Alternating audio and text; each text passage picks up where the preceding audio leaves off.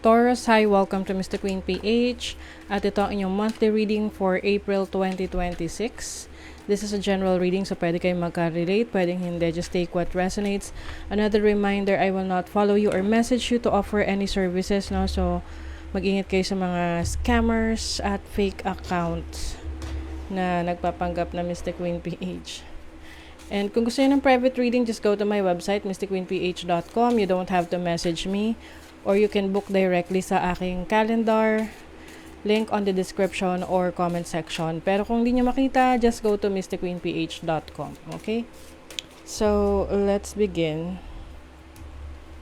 Taurus. What is the energy for you? April 2026. Capricorn energy. Kapwa nyo. Earth sign. So, persistence. Meron kayong pagpupunyagi or pagtatrabahuhan. Tama ba yung word ko? Pagtatrabahuhan ngayong Taurus, ngayong April. This is related to your money, business, career, or even sa relationship. Parang meron kayong ipaglalaban na relationship. You also have energy ng waning gibbous. So, this is about gratitude. Pagpapasalamat sa mga blessings na nare-receive ninyo. This is being aware, no? Aware ka sa mga blessings na dumarating sa buhay mo. Kasi yung iba, natitake for granted nila yung mga blessings nila. Or anything na pwede nilang ipagpasalamat. But for you, you are aware of the blessings. Some of you pwedeng merong pregnancy. Oo. Yun yung blessing. Let's see what else. You have the Page of Wands. The Seven of Cups. Okay. Merong confusion regarding sa isang bagay na gusto nyo i-pursue. So, pwedeng, tingnan natin kung ano yung gusto mong i-pursue na medyo nalilito ka. Ninth house, okay, studies, pag-aaral, or this can be related sa belief system mo, paniniwala mo, religious beliefs, or spiritual beliefs, or meron ka ring plans of traveling or working abroad na medyo nalilito ka kung alin ang ipupurso mo, ano yung gagawin mo. But eventually, you will be able to choose the best option for you. You have the Page of Cups. So, this is an offer. Can be yung iba sa inyo, very, very attractive.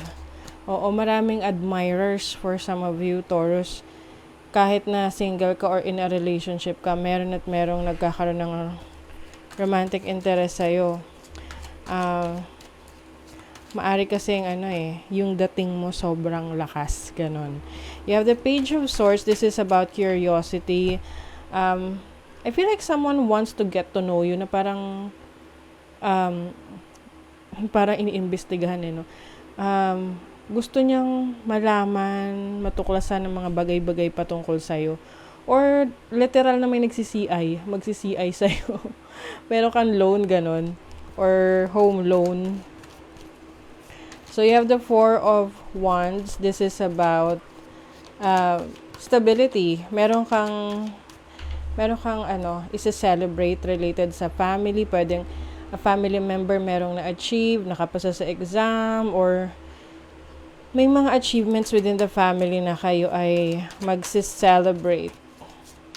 Some of you, nakabili kayo ng bahay, may house blessing. So, you're very grateful. You also have the Five of Pentacles. So, pay attention to your health, lalo na kung medyo napapabayaan ang kalusugan. And also, pagdating sa pera din, hindi porket maganda ang pasok ng pera, i-suspend na natin ang i-suspend, diba? So, magtipid. Maging, frugal, ayon. So, maging maingat din sa mga pahihiramin ng pera ngayong April. kasi baka hindi magbayad. You have the Knight of Swords and the Empress. Okay. Knight of Swords energy is a very fast communication. So, pwedeng merong mag-ingat sa mga mga makakausap, um, iwasang mangako or maniwala agad, ganon. Kasi pwedeng meron ditong hindi naman tutupad sa kanyang pangako. Or ikaw, kung ikaw yung mangangako, baka hindi mo naman matupad.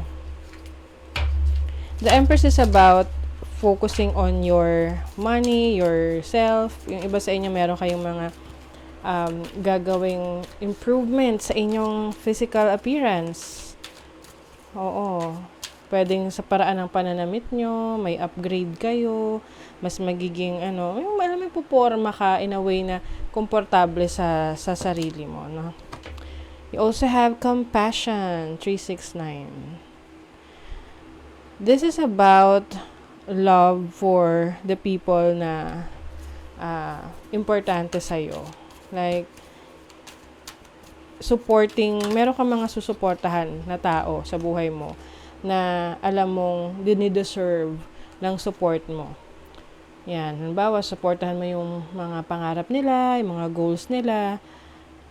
You can support naman in any way, shape, or form. Pwedeng financial support, moral support, emotional support. Also have self-love. So, I see this as you taking care of yourself, your needs. Ang self-love naman, hindi naman kailangan maging magastos yan. For some people, yes, that's their way, no, na mag-self-love. But, it's about you na attending to your needs, na kung kailangan mo magpahinga ka. Yun na yung isa sa pinaka-simpleng self-love.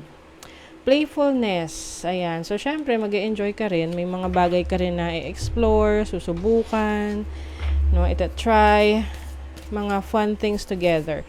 Going on an adventure for some of you, lalo na kung maraming options available sa'yo. Mga bagay na never mo pang na-try before, maaring ita-try mo na ngayong April. It's time for healing, not war. Ayan. So, yung iba sa inyo, kung meron kayong mga nakaalitan or may mga conflict around you in the past, you will focus on your healing instead of palalakihin yung problema. Kasi may iwas ka na sa stress at conflict. Unplug and relax for a spell. So, ito yung, for some of you, this is the part of your self-love, no? Self-care.